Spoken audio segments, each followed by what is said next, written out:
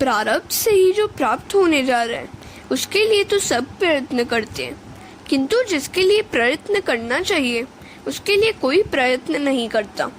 परमात्मा के लिए कोई कुछ भी नहीं करता। सत्कर्म में प्रयत्न प्रधान है, प्रारब्ध नहीं। सत्कर्म में बाधा डालने की शक्ति प्रारब्ध में नहीं होती। मनुष्य की अपनी दुर्बलता के कारण ही प्रभु भजन में बाधा उपस्थित होती है।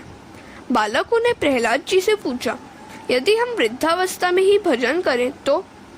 प्रहलाद जी ने उनको समझाया कि भजन यौवन में ही हो सकता है। वृद्धावस्था में शारीरिक दुर्बलता के कारण ईश्वर की आराधना नहीं हो पाती। वृद्धावस्था में देह की भक्ति तो हो सकती है, किंतु देव की नहीं।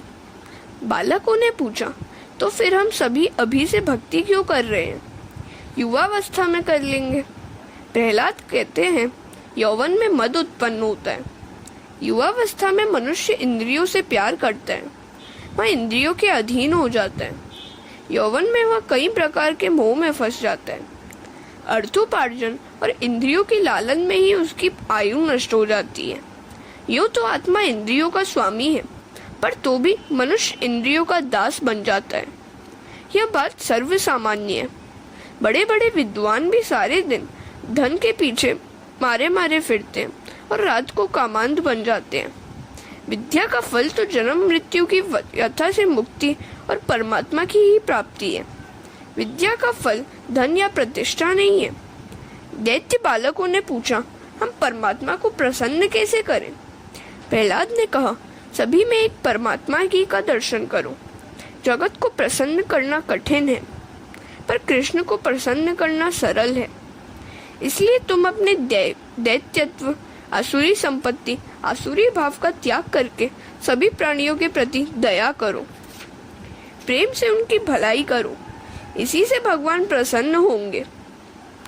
भगवान जब कृपा करते हैं तो मनुष्य की पाशवी बुद्धि नष्ट हो जाती है।